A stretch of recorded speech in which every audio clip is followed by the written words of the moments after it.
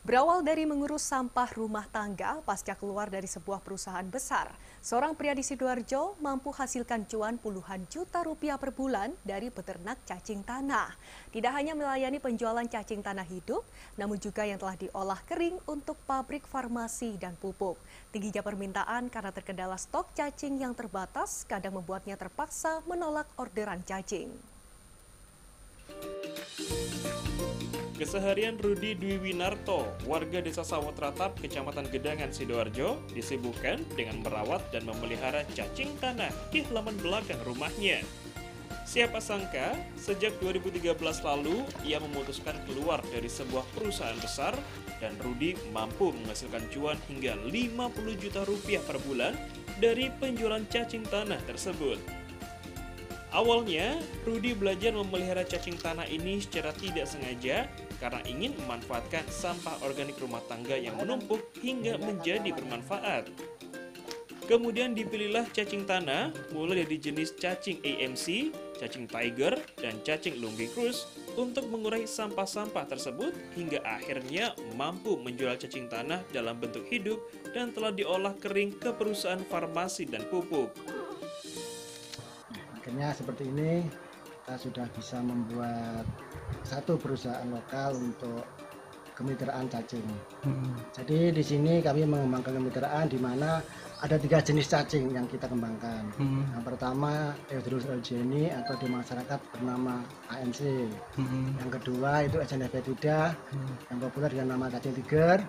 Yang ketiga adalah Lumbricus rubellus yang penggunanya untuk farmasi.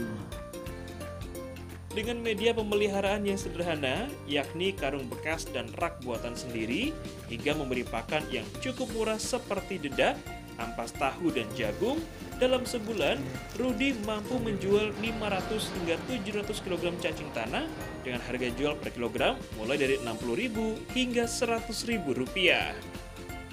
Tak hanya itu, Rudi juga berhasil menjalin kerjasama dengan puluhan peternak binaan untuk memenuhi permintaan pasar. Namun hingga saat ini masih belum bisa memenuhi target bulanan yang bahkan mencapai 1 ton per bulan. Kita penasaran sih ya sama sampah, banyak banget kenapa perlu kita perhatikan, harus kita olah. Makanya kita membuat literasi, mencari-cari gimana sih cara mengolah sampah yang bisa menghasilkan rupiah, karena kita juga butuh tambahan income juga ya. Akhirnya nemu salah satu literasi bahwa cacing itu mempunyai nilai ekonomis yang tinggi. Nah, kita searching juga cari mana sih yang sudah ada budidaya cacing. Kita belajar ke sana, kita belajar di banyak tempat. Karena satu ilmu kalau kita terapkan di tempat kita biasanya nggak cocok. Nah, kita perlu banyak ilmu kita terapkan di tempat kita.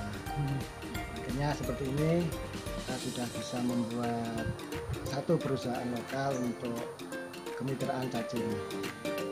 Rudi kini berharap bahwa suatu saat nanti ia dapat memenuhi kebutuhan pasar Jawa Timur atau bahkan bisa mengekspor cacing tanah hingga ke luar negeri. Dari Sidoarjo, Yoyo Agusta, iNews melaporkan.